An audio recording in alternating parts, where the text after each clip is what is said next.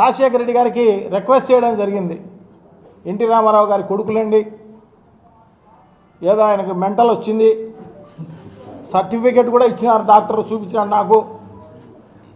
So ఈ mental వచ్చిన దాంట్లో భాగంగా ఎవరినంటే వాళ్ళని కాలుస్తున్నాడు.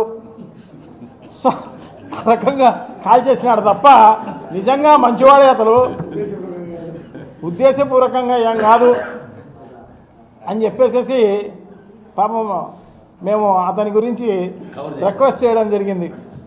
రిక్వెస్ట్ చేస్తే ఇమ్మీడియట్గా పాపం రాజశేఖర రెడ్డి గారు స్పందించడం జరిగింది.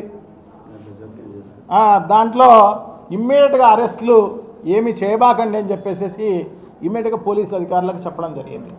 ఆయన దాని తర్వాత హాస్పిటల్కి పోవడం జరిగింది. తర్వాత హాస్పిటల్లో కొన్ని రోజులు అలా జరగడం జరిగింది. తర్వాత రాజీ కావడం జరిగింది. ఇదేదో ఆ రకంగా అయిపోయింది అన్నమాట. సో అంత మేలు చేయడం జరిగింది. ఎవరైతే ఈ మాట అన్నారో వాళ్ళు అంతకన్నా సైకోలు, వాళ్ళతో ఎవరైతే అనిపించినారో వాళ్ళు ఇంకా సైకోలు అన్నమాట వాళ్ళు. ఎందుకంటే ఈ బసవతారకం క్యాన్సర్ హాస్పిటల్ను మేనేజ్ చేసేది, చైర్మన్గా ఉన్నది బాలకృష్ణ గారు. ఒక తెలుగుదేశం పార్టీ నాయకులై ఉండి ఒక క్రియాశీలకంగా తెలుగుదేశం పార్టీలో ఉన్న బాలకృష్ణ గారు మెయింటైన్ చేస్తున్న బసవతారకం క్యాన్సర్ హాస్పిటల్